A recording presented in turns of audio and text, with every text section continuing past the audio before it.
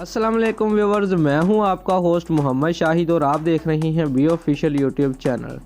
Viewers, भारतीय cricketer Ravichandra Ashwin ने Pakistani cricketer की खुलकर तारीफ करके पाकिस्तानियों के दिल जीत लिए।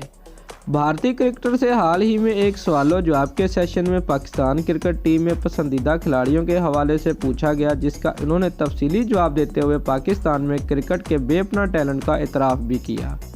व्यूअर, रविचंद्र अश्विन ने इंकशाफ किया कि मैं काफ़ी अरसे से wicket keeper batsman Mohammad Rizwan को फॉलो कर रहा हूं और बिलाशुबा वो एक शानदार खिलाड़ी हैं और अपनी हर नई इनिंग्स में बेहतरीन फॉर्म में होते हैं।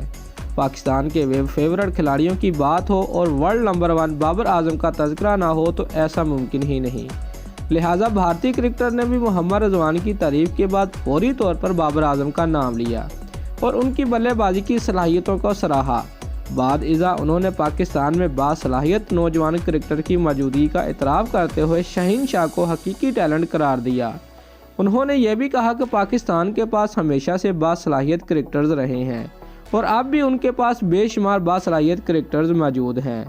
दोस्तों, अगर आपको हमारी ये वीडियो अच्छी लगी है तो वीडियो को लाइक ज़रूर करें और हमारे चैनल को सब्सक्राइब करना मत भूलिए। शुक्रिया।